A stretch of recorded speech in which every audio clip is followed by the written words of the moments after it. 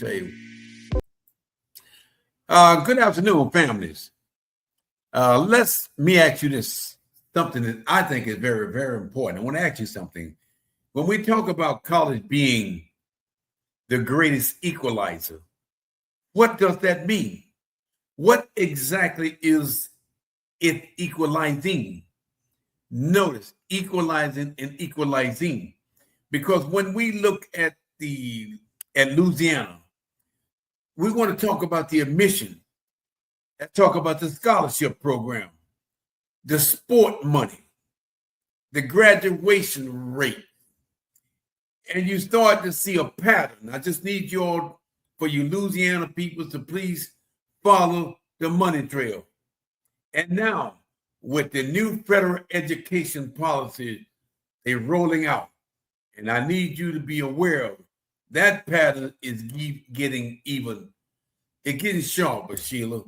And tonight, and we're going to break down who gets in, who get funded in these colleges, who get recruited, and who actually graduate in the Louisiana college system, especially our Black students and our Black men.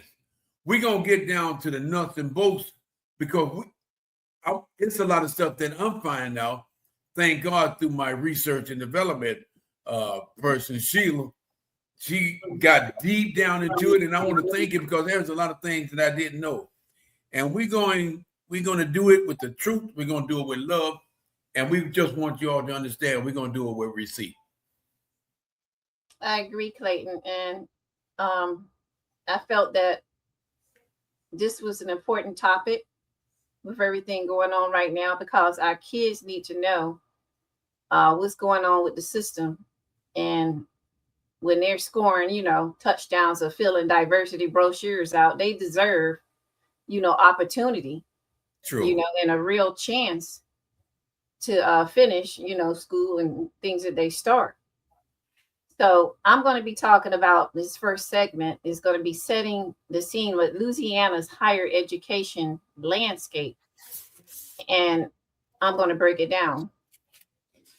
So, Clayton, Louisiana has a split system. And when I say it has a split system, I mean private white colleges like University of Louisiana at Lafayette and LSU and Louisiana Tech versus HBCUs like Southern University and Grambling State.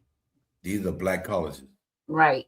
So you got the private, predominantly white institutions versus the HBCUs, which is normal in a lot of places. But let me tell you about Louisiana State.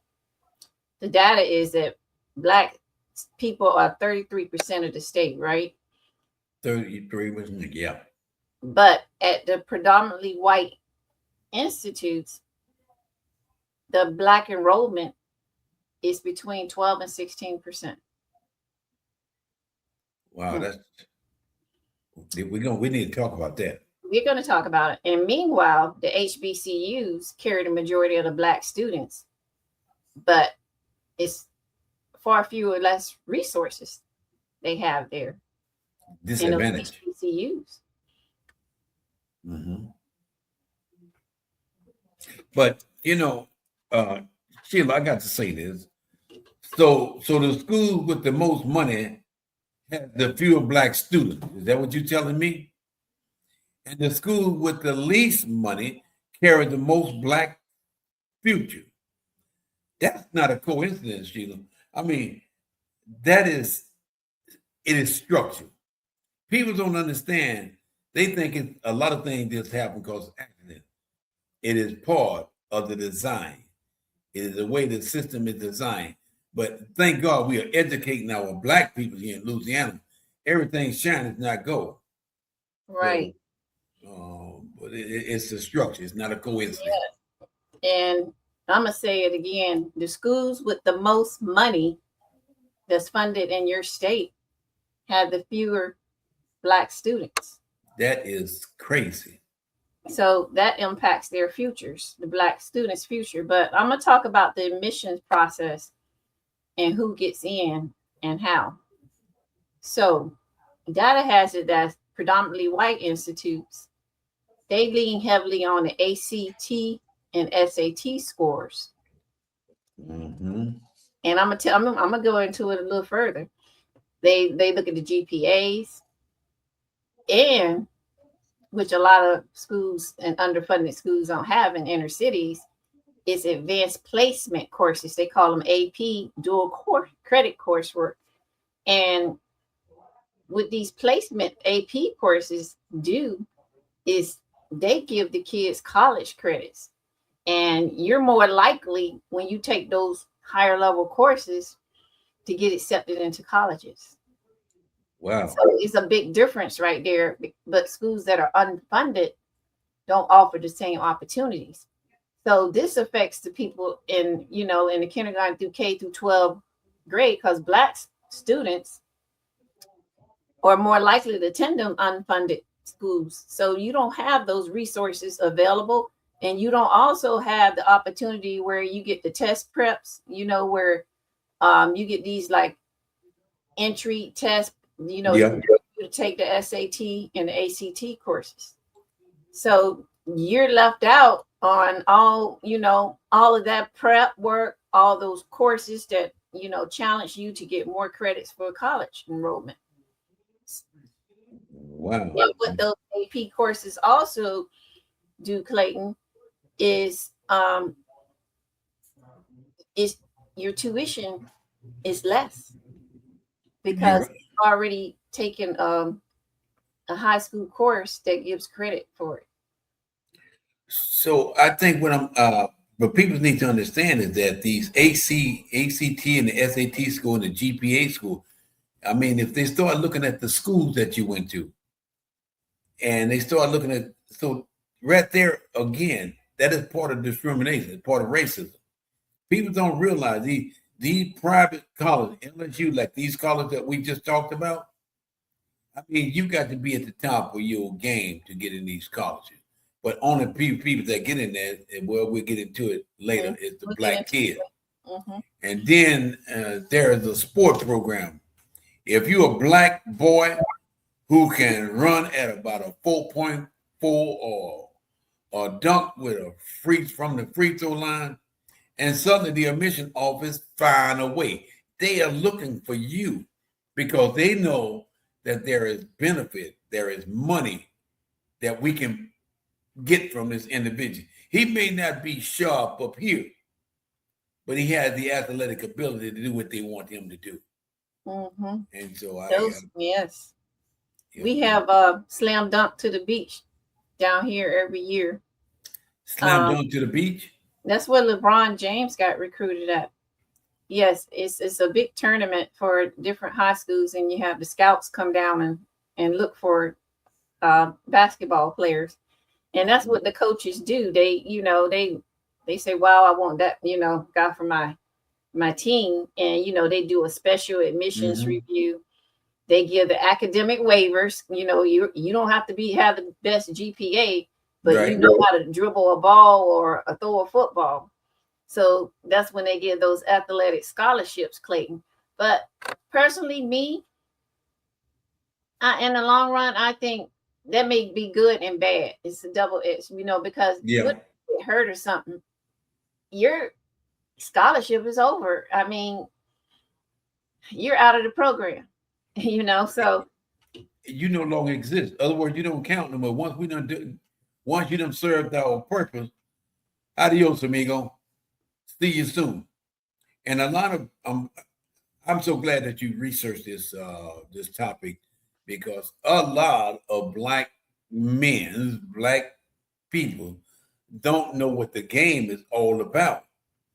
When you talk about PWI, these private white colleges, and the admission, the ACT and the SAT score, they know that those, what you call those AP courses, the advanced placement courses. Hey, the white people got an upper hand on the black people. Well, it's because if they go to the school that gets funded, they're going to have those programs like that to help them prepare for these tests and get college placements. But my problem is with this whole thing is you can have Black students that are very smart in math and science or in writing, taking the state test, and they don't have that door open, for them. If That's they're not true. athletic, they don't have that door open for them. So they got to try a lot harder to get into these colleges. And so therefore, I mean, I certainly understand that, and I appreciate that you present this to me. But it's that the math and the writing skills. I mean, we know how to speak in our own language, but then again, you being critiqued when you go to these colleges. If you doesn't speak the right language, if you're not good in math, and you're gonna always be at a disadvantage. Because Sheila, I'm gonna say that I went to school in Western Mass. I got my social degree from the College of the Air Force. Just add a few credits. And Mm-hmm. then I went to got my bachelor's degree at Western New England College. And do you know when I got my bachelor and my master's, do you know that I was the only Black person in class? I was the only. Okay, let me ask you this then. Let me play double advocate on you. Okay. Who paid for the tuition? The government, military. Bingo. All right. You're right. You're right. You're right. Bingo. You had it paid for. Right. That's So true. they know how to go after veterans. They got that money sitting aside for education, Clayton. Yep, that's true. You because they know they're gonna get a check. You're right. Hey, and that is about real talk. And I'm glad that this is coming up because there's a lot of veterans out there. They can understand our language. They can understand where we're going with it. But a Black student who's strong in writing and all this kind of, it doesn't get the same doors open. It's almost like the doors closed. So we built a system where Black talent is welcome if it's entertaining. You're welcome long as it's entertaining, but not as quickly if it was innovative. So we need to follow this pattern, Sheila, and we need to educate people about what is happening right in your face. But when you're blind, you can't see certain things. And what I like well, how do they talk about these scholarship programs, Sheila? Can I back up a minute? Yeah, please do. When you said Black talent was welcome if it entertained. Yes. Now, you know what I think about when you say that? What's that? The NBA. You're right. Good at your game, but the minute you lose, they talking about you like a dog. That's true. They can love you when you playing basketball, but when they walk out that gym, you might be hated or discriminated against. You're right. That's real talk. So I'm glad you brought that up. That is real. That's what I think of. No, it's real. It is. You serve my purpose, and if you don't meet my requirements, I hate you. But as long as you're doing what I'm asking you and you on the winning streak, hey, we love you, man. We love you. Exactly. You're bringing resources, you're bringing money into the rich get richer and the poor get poor. That's all the bottom line. Exactly. But I'm gonna talk about these scholarships and who gets the money. You need to understand scholarships fall into like 4 different segments. You got the merit base, and that comes off of your GPA and your test scores in school. You got the need base, that's a financial need. And you have athletic.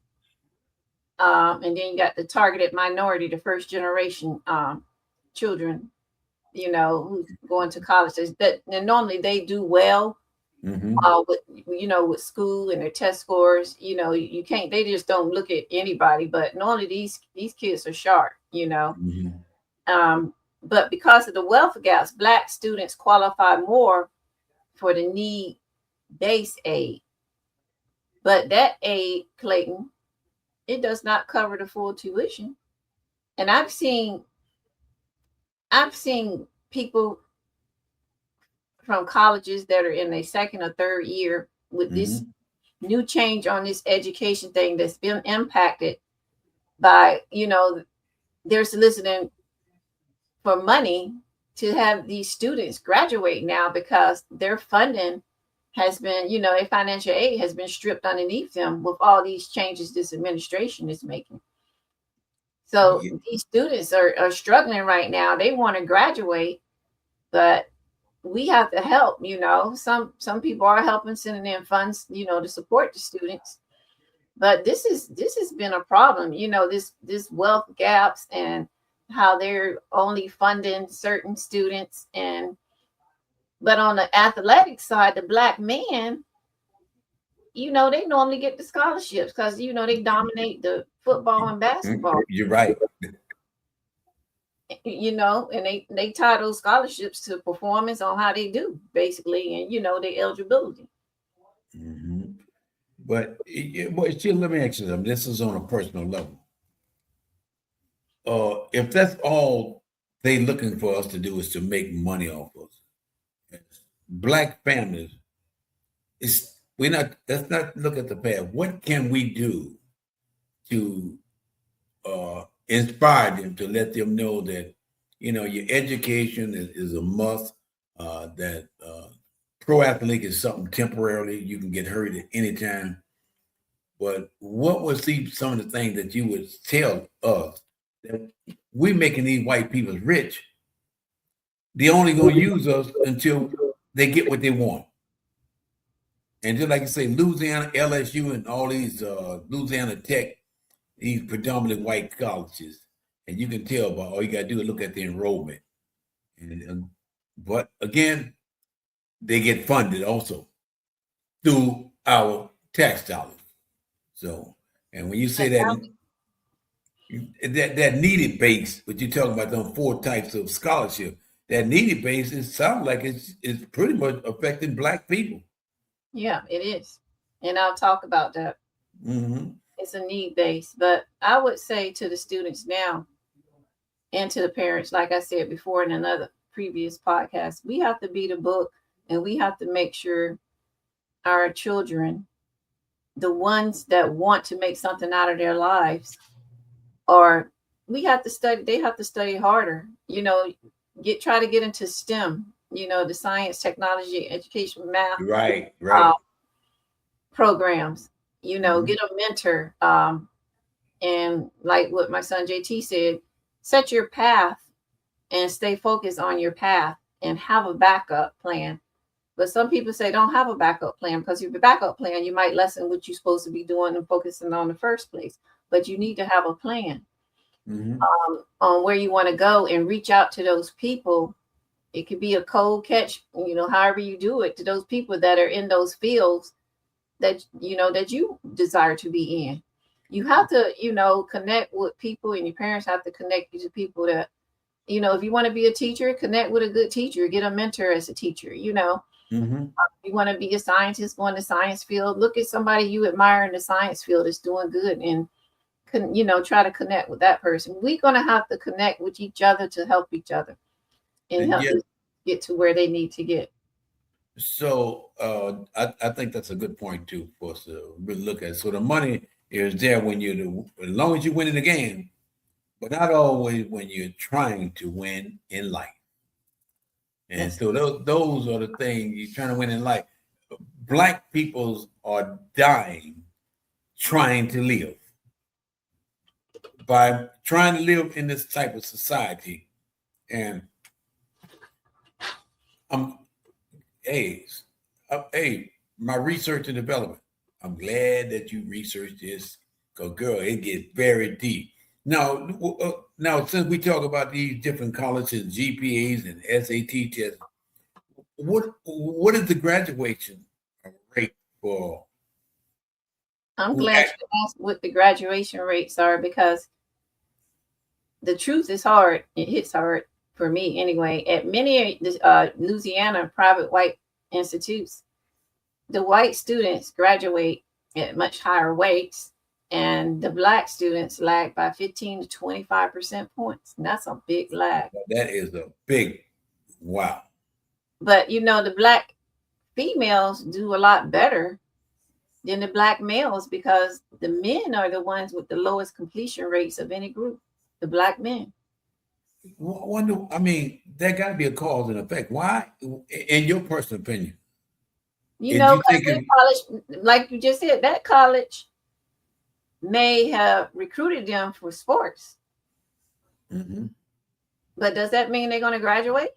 No, that's true. That is absolutely true. And I'm gonna tell you something. Since you mentioned LSU, it's a prominent college, is known for its athletes. And when you look at it, the track and field, they making millions and millions of dollars. What is percentage black though?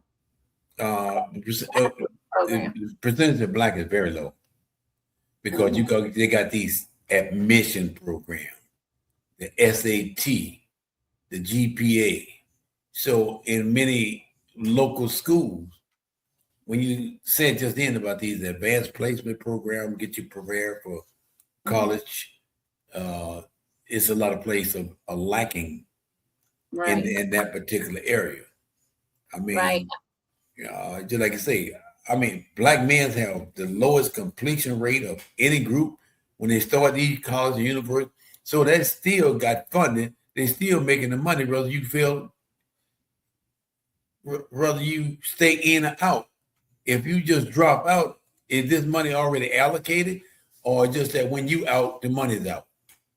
Well, I tell you what, let me back up. A lot of colleges have gotten away from looking at the SAT stuff. I've heard that a few years ago, because a lot of times some students just don't test well or get test anxiety. That's true. Very well. If you look at their report cards and the courses they've taken, they've done very well. So a lot of colleges are looking at that differently. Do you think that they write them tests at these predominantly white universities? Do you think they write them tests is that they know that the minority person may not be able to get that full, whatever you call a full, because a lot of times they found a lot of universities, they be caught cheating. They passed these damn tests to the white student, and they got caught red-handed. A lot of these private white schools, because parents were paying for the paying money for their students, their kids to pass. Some of them went to jail. Yeah, you're right. I remember that lady, lady and her husband. But it just got caught. But it's a lot of them that like that. But them clowns got out too. When Trump got in, he released them. Of course. So again, let me talk about the HBCUs graduation rates now. Okay. Hold up. Sheila, for you all out there don't understand, which you might see it on TV, HBCU. Do y'all know what that means? And again, there's a lot of people that may be a Greek to them. It's historically black colleges. That's what it is. University. Black college. We have one here, Delaware State. Deshaun Jackson is the football coach. Go ahead. He was a pro football player for the Eagles. Oh, Deshaun Jackson. Right. You're right. Yeah. So they're doing really good there. But the graduation rates are lower overall because they serve more lower income and first generation students. That's what they say. But I don't know if I agree with that totally, because I know a lot of low income and first generation students, they're smart as a whip. You're right.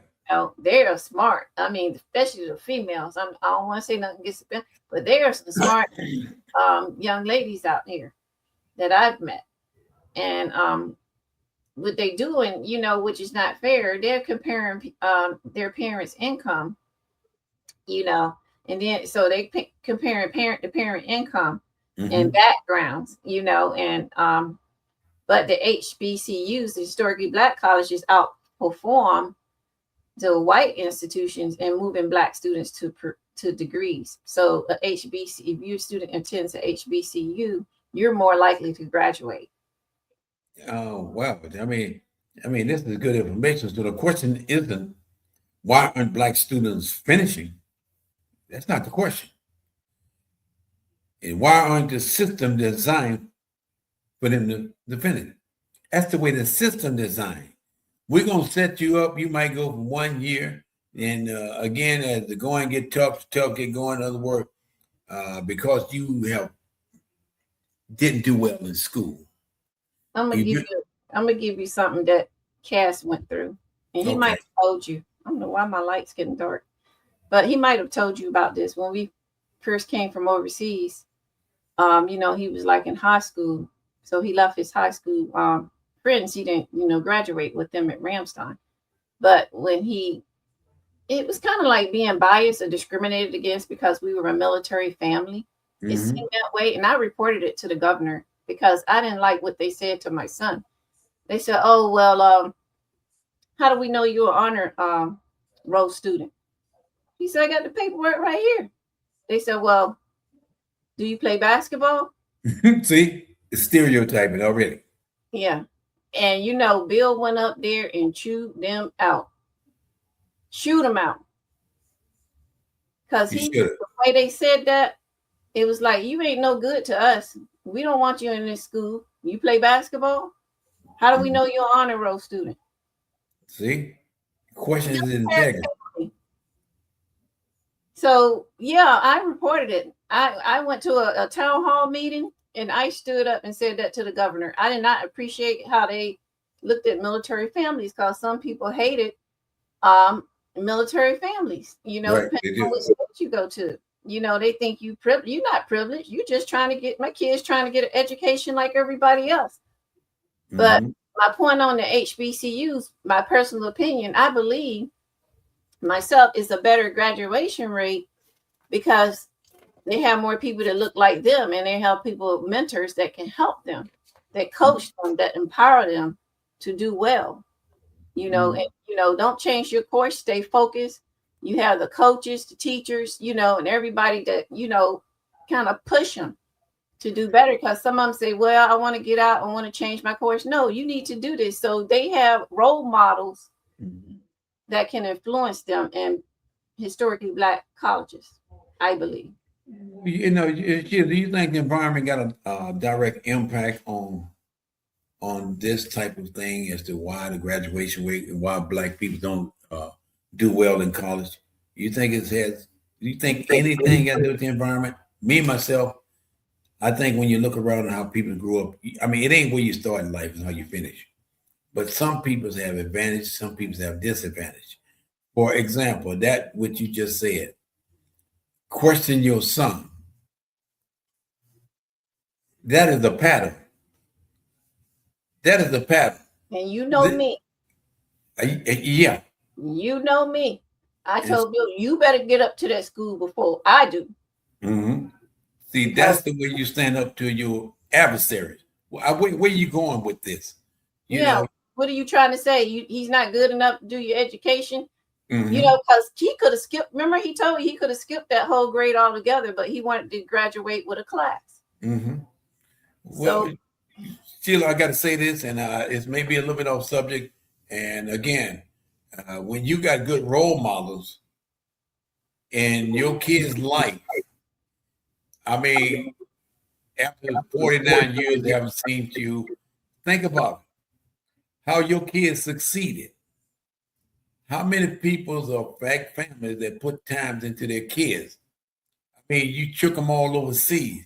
You took them to your job, and look at their accomplishments. You got all your 3 kids. They love their mother, and look what they have accomplished. You got one work for, technology. You got, both of them, 2 or 3 work. Then you got a son of science. But a lot of people don't have the opportunity. Didn't have the opportunity your kids have. But I'm gonna say this: you lead by setting a good example, and that's why they looks up to you now. And I want all parents to understand: life is a gift. You got to learn to accept it. Life is a journey.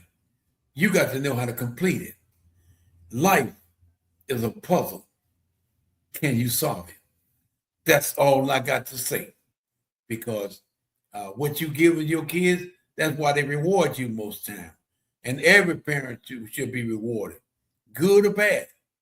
But you work for the government, you became educated, you passed that down. You can't pass down something you don't have. That's just where a lot of people are. So I salute you. And, whoo, God, I tell you what, this subject here is awareness to Louisiana people. Thank you for that compliment. But you know, I fed my kids books. You know that. I fed them books. I fed them books. Books was their best. It was their best friend, because I know with this hard life of moving to different elementary school 4 times, being put behind, trying to catch up, and I had to, as a parent, I had to prepare them for what's ahead. So they read a lot and they stayed in the library a lot. We didn't have computers then. I took them to my job, threw a book in their hand. See? So you just got to do what you got to do. Exactly. And all you got to do is step back and look at the result. What about the new federal education policy?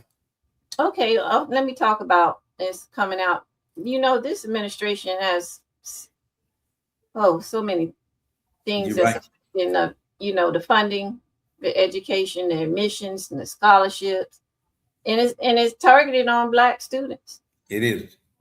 So all this funding shifts over 4-year degrees. So now the federal priorities emphasize apprenticeships. Apprenticeship. Like job training, things of that, technical training, short-term credentials, and industry partnerships, where some of the technical schools, well, I sat on the board for it. We partnered with the people in the community to get the students a certification if they didn't want to go to college. So we paired with the EMS people. People get EMS certification, or a vehicle, get the auto, mechanic certification. The beauticians, in the beauty, get the beautician, so these guys had certifications by the time they graduated. So that's called the industry partnerships.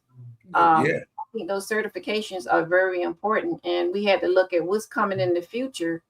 And you meet with the people in the governor and the city council and the school board we used to meet with, and say, hey, what's coming down the road? We got a lot of baby boomers retiring, so out of this field, so we got to get our kids prepped up so they can take on those roles.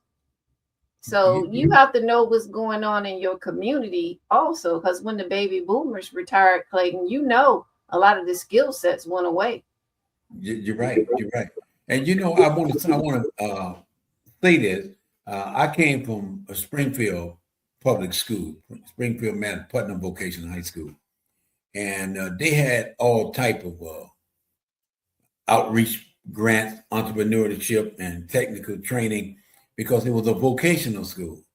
And them kids, even during the high school, the 11th and 12th grade, they go out in the industry and work in the industry and let those people out there give them a grade, whatever. And they have one of the best vocational technical schools in Springfield, Massachusetts. And like I said, when you say an industrial partnership that goes out, we're going to get partners. And apprenticeship, you come on in, we're going to teach you. I mean, I can't say enough about Putnam Vocational High School. And I just wanted to add that in there. And I think it's important, because my child went to like a vocational technical school, and if he would have went to a regular high school, he wouldn't have had the opportunity to get the certifications that he did. He graduated with 3 certifications in different areas, and they also offer you jobs after you graduate when you partner with these, hospitals or auto places, things like that, because they already know you as a student, and when you graduate, you can be offered a job and get further training from them that's paid. Yep, that's what I liked about that vocational school. I think a lot of vocational schools are good for minorities. Yeah, like a master my cousin is a master, what you call it, master mechanic, master. Yes, exactly. Yeah. I mean, you got. I mean, well, Sheila, let's talk about. We talk about the federal policies with new emphasis. What impact it has in Louisiana on Louisiana? I mean, we Well, talk. the research dollars can easily pivot. Um, HBCUs struggle to compete for new competitive grants. You got to know how to, you know, find out where those grants are, because grants you don't pay back. They're not loans. They grants. That's free. That's free money. Right, So but if if you know your child, or somebody's child is really sharp, and they want to go to college and they can't afford it, you better be looking for some grants. yeah. Now, is these grants hard to find, or there's a certain skill level you need to do? You just need to understand what the grant is actually saying. But 'Cause a lot of times, I researched a lot of Black institutions offer grants, like Coca-Cola, or there's a lot of them out there, but you got to apply for them. You got to do your homework. It's not nothing that's going to fall in your lap. And if you got a good school counselor, some of those counselors are biased, though. They help who they want to help. But if you got a good school counselor, they can give you the students a sheet with a lot of grants and scholarships they can apply for. Mhm. But Well, all of this is within a certain time frame. You got to be very proactive. You got to apply for it and meet the deadline. If you don't yeah, meet that's true. That's true. That is the absolutely true. deadline, but they got to do their homework, Clayton. I learned from just having the 3 kids. You got to do your homework when they're in the 10th grade. Yes, You yes. already have to have that timeline set on what they're gonna do, college visits, this and that.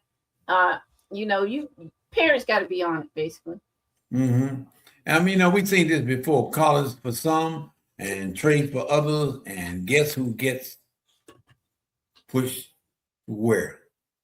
When we think about it, what you call it, the Pell Grant changes is Yeah, tied to a program outcome. Notice what it's saying. It's tied to a program outcome. Pell eligibility is being tied most closely. It's tied more closely to graduation rates, job placement, and earning. do Let you me know tell what you the the Pell Grant is? what's that, Chip? Do you know about the Pell Grant? I don't know that much about it. I just only hear about it. What it is it's a financial aid provided by the government to those students with exceptional financial needs. Oh, wait a minute. Hold on. I need to. Okay, what this? I need to research that. What is it? Good now for next year? It's a financial aid provided by the government to those students. That's why I say people got to apply for this stuff. It's the students with exceptional financial needs. It's like loan-free money, and you could be awarded up to $7,003 a year. Wow. So that money is better than having nothing. So that's why I say it's tied to the graduation rates, the job placement, and the earnings. Wow. And so this the impact on the HBCU will serve higher needs students. Mm-hmm. And so they lose. I mean, they risk losing this grant. You talking about this Pell Grant access Yeah, for because certain programs. these program changes that's happening right now. Exactly. And So so people need to stay on top of that, Clayton. you're right. And so black students could lose their primary source of funding Yeah, under this grant, under yeah, the new administration. yeah. Oh man, people. Only thing we are asking you all, if you're living in Louisiana or any other state, you need to start looking into this grant. You need to look into where your money's going to. So right now, the heat is on, and I'm glad we are. Well, bottom line up front, this policy, how they're changing all of this impacts the Black community. It's punishing the underserved communities. You're right. You're absolutely right. Underserved community, and we as minority, we, I think you don't need a brain surgeon to understand the undeserved communities, because when you become part of it, and when you become uneducated, you don't realize these things are happening to you until someone like you and I are advocating and making them aware of what's going on. And this is something that needs to be kept in a notebook. But now these changes, they looking at accountability rates, and they're breaking everything down. The colleges now got to report completion rates by race. Wow. They got to report this. They got to report completion rates by race, debt by race, and earnings by race. And do you think you think that they would be reporting that on an honest base, or is it still going to be tied up into the money? You're not going to get no money. I mean, it's earning by race. I mean, reporting by race. So the impact is this: the private white institution, they can tighten and restrict their admissions to protect their numbers now. Mm-hmm. You're right. Because they want funding. So they want the graduation rate. So what they going to do? They're going to give more money to the colleges that have a better graduation rate. That's true. So the HBUs might suffer, can be penalized for taking students who need the most support. So that's hurting the students now. It is affecting their life and everything else. Hey, this is good talk. This is real talk. And this is where the problem we have with this DEI funding reductions, diversity, equity, and inclusion. Because some of these grants that I talked about have been reduced or restructured. And the impact is the HBCUs lose it. Wow. And the private white lose incentives to recruit and retain the Black students.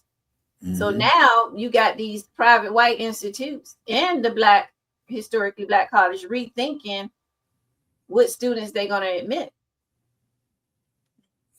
See, when you kids look at, no matter how you look at it, it's racism all over the place. I mean, no matter it's inequality all over the place, no matter which way you look at it. And so the very program meant to close gaps are the one getting squeezed the most. I mean, Sheila, we affected. Black people, wake up, understand the message that we are presenting to you. We want you to share this because there's a lot of people out there that's unable to speak up for themselves. And I think you got the best qualified persons in this media circle that can be able to bring you to light. There's a lot of stuff that I'm learning from this conversation. And so, again, one point, a lot of minorities they're not only Blacks that go to HBCUs. I know here is very diverse students at HBCUs now. So this not only hurt the Black students, it hurts the white students also. Mm-hmm. Well, just like you said, the private white school with, big donor base can offer stronger NIL deal. HBCU struggles to compete with these counts. Black athletes may choose money over long-term academic support, and I think that's what it is. And so, well, you know what the NIL is, right? No, expanded. Expanded. Is it a national? It's like a contract that allows a college or high school student athletes to earn money. Remember when? Oh yeah, okay, gotcha. There was a big thing about they playing all these, they recruiting all the Black athletes, and they getting money off of their backs, and they're not offering them anything. Mm-hmm. So now it's a contract where they can earn money through endorsements, or, social media or merchandise, by wearing certain merchandise. That's what the NIL deals are. And so that's why I say the private white college with big donor bases, can offer stronger contract deals. Wow, man. For these athletes, athletic individuals. Mm-hmm. But if they get injured, right. This is the point. If they get injured or they leave early, they end up with no degree, Clayton. That. I mean, So, oh man, I mean, this is so. If you get hurt, no injury. Other word, there is no degree. That's why I'm saying to people, it's not all about what you can do on the field or what you can do on the court. It's about what you can learn and educate yourself and take with you to still graduate. Don't depend on being a athletic your entire career, because it's not going to take you for your entire lifetime. So you still have to have a backup player to get educated. Mm-hmm. And so I think this is why these gaps exist back and forth. Let's name the roots. K-12 inequity, test scores, heavy admission, underfunded HBCU. And we're going to talk about the wealth gap. We talked about that, and the campus climate issues. And we talk about the over reliances of sports. So we need to take a look at this, because this is something that most people are not aware of.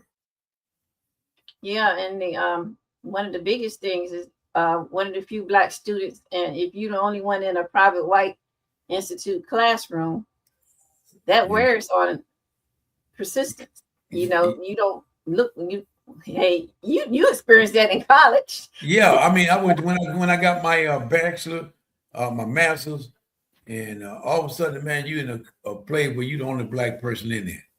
So they looking at you as first. They looking at your color. What you doing here, boy? So was that an emotional load on you also? Yeah, it was an emotional load. But at the same time, you're gonna find out that when you're the only Black person, you got to prove yourself twice as hard, and you don't never think you're gonna get the highest grade, because when you got white teachers that only care about white students, don't think you're gonna get the best grade in town. Well, some white kids didn't do shit, came up with an A, and I'm working my ass off. And I don't want to get emotional. I'm working all day trying to get a grade. In many instances, they copied off my paper and got a grade higher than me. I remember you telling me about that. So what do we do? We need the community involved, and we don't need to panic right now, but we do need to prepare our children.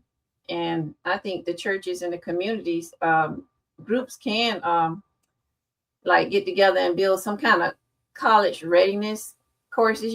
Some states are doing it, some communities are doing that, where they're prepping the students after school, to educating them on how to take the test and things like that with the ACT and SAT prep. Yep. Also create scholarships. We have some successful Black people that can, that own these business that can offer scholarships. We just got to ask. Right. Also, I think a good thing this is saying to partner with the HBCUs, because they may have some programs that can help you prepare and get you into those colleges. Sometimes it's who you know. That's true. That is absolutely true. And believe me. Yeah. So it's networking in the community. I always told my daughter when she was at Penn State, I said, do intern, girl, do intern. I said, get in there and work for free. Don't have to pay. You work in that office. And guess what that did? That helped her land a job when she got out. But, you can mentor the Black athletes, academically too, because some of the coaches, I've seen some of them do that, because they say, hey, if your grade average ain't this, you're going to sit out that game. That's true. And so when we're talking about the policy may shift, but the purpose doesn't. We protect our kids by staying informed, staying organized, and staying involved. Now, the call to action, if you're a parent, a grandparent, a coach, a pastor, a youth leader, don't just celebrate the signing day. Celebrate graduation day. That's what's important. So, you're signing. Oh, yeah, let's celebrate. Yeah.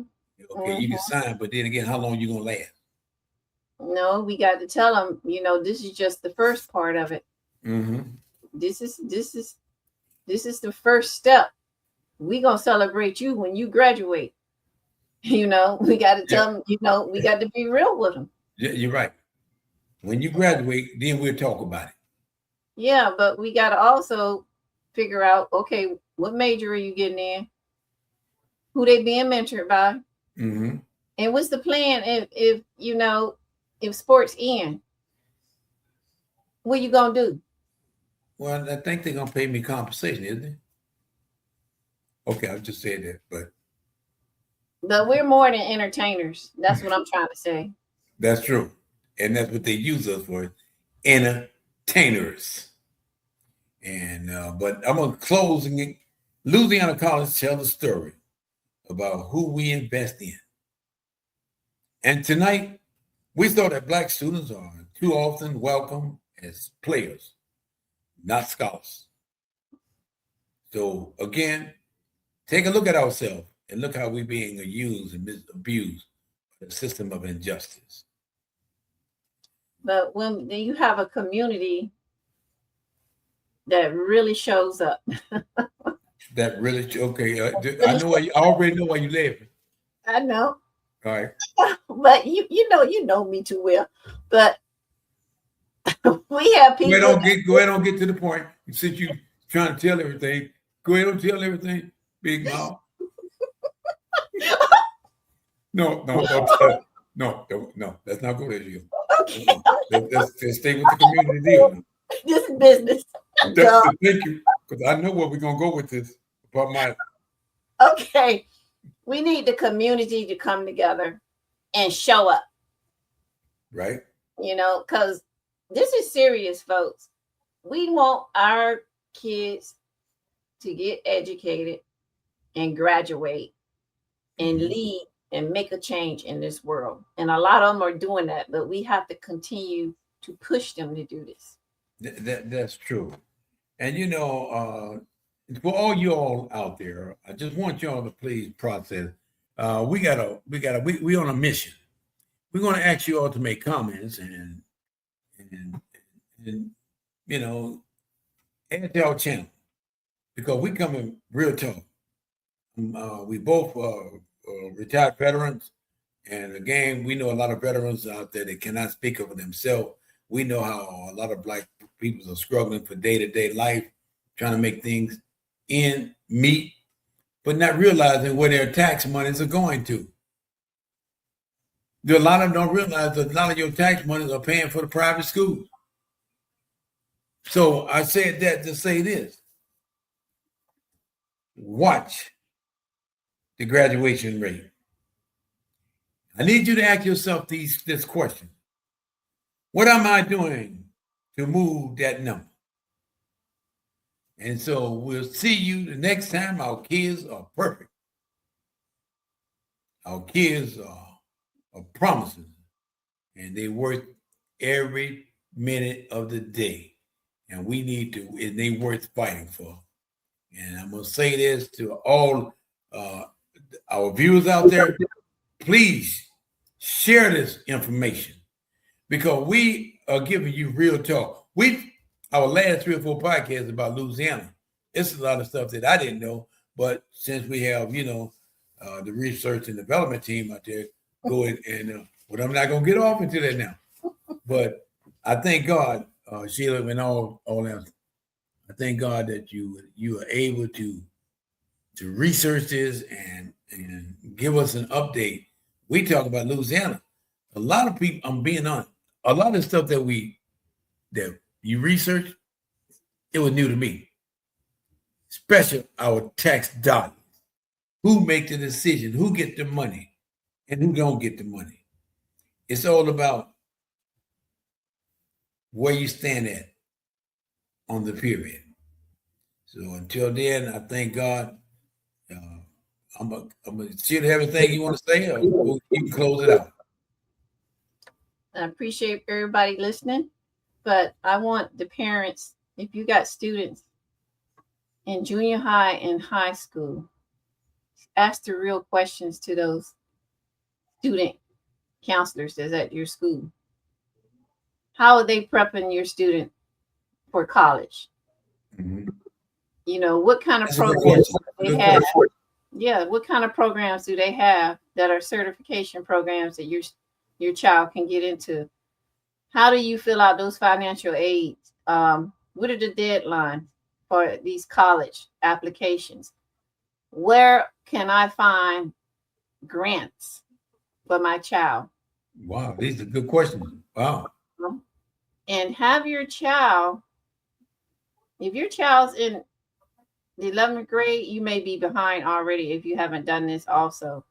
Go visit those colleges so your child can get a sense of a college campus, and they may Right. inspire a child that never ever wanted to go to college before to say, hey, I really want to go to college.